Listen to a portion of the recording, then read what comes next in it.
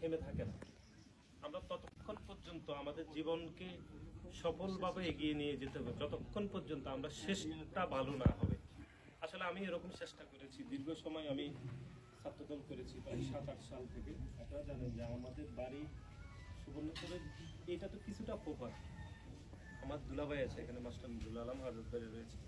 আমি 2004 সালে সরকারি উচ্চ বিদ্যালয় থেকে পাস করি, আর 2006 সালে নোয়াখালী সরকারি কলেজ থেকে ইন্টারমিডিয়েট শেষ করছি। 2012-13 বা 14 দিকে আমার বিশ্ববিদ্যালয় পড়া শেষ। 2016 সালে আমাদের এলাকায় কারেন্ট গিয়েছে। তার মানে আমি বুঝাইতে চেয়েছি, আমি এমন অঞ্চলে আসলে থেকে বড় হয়েছি যেখানে সভ্যতার যে প্রাথমিক স্তম্ভ বলা হয় বিদ্যুৎকে, সেই বিদ্যুৎবিহীন আলোতে ছাড়া আমি বিশ্ববিদ্যালয় পড়া শেষ করেছি, তাও সেটি ঢাকা বিশ্ববিদ্যালয়। সুতরাং আমি ব্যক্তিগতভাবে মনে করি আমার চেষ্টা, আমার সফলতা সবটাই আমি খুবই কৃতিত্বের সহিত যেটুকু করেছি সেটা হচ্ছে আমি পরিশ্রম ততদূর পর্যন্ত করেছি যে যতক্ষণ পর্যন্ত শেষটা সব থেকে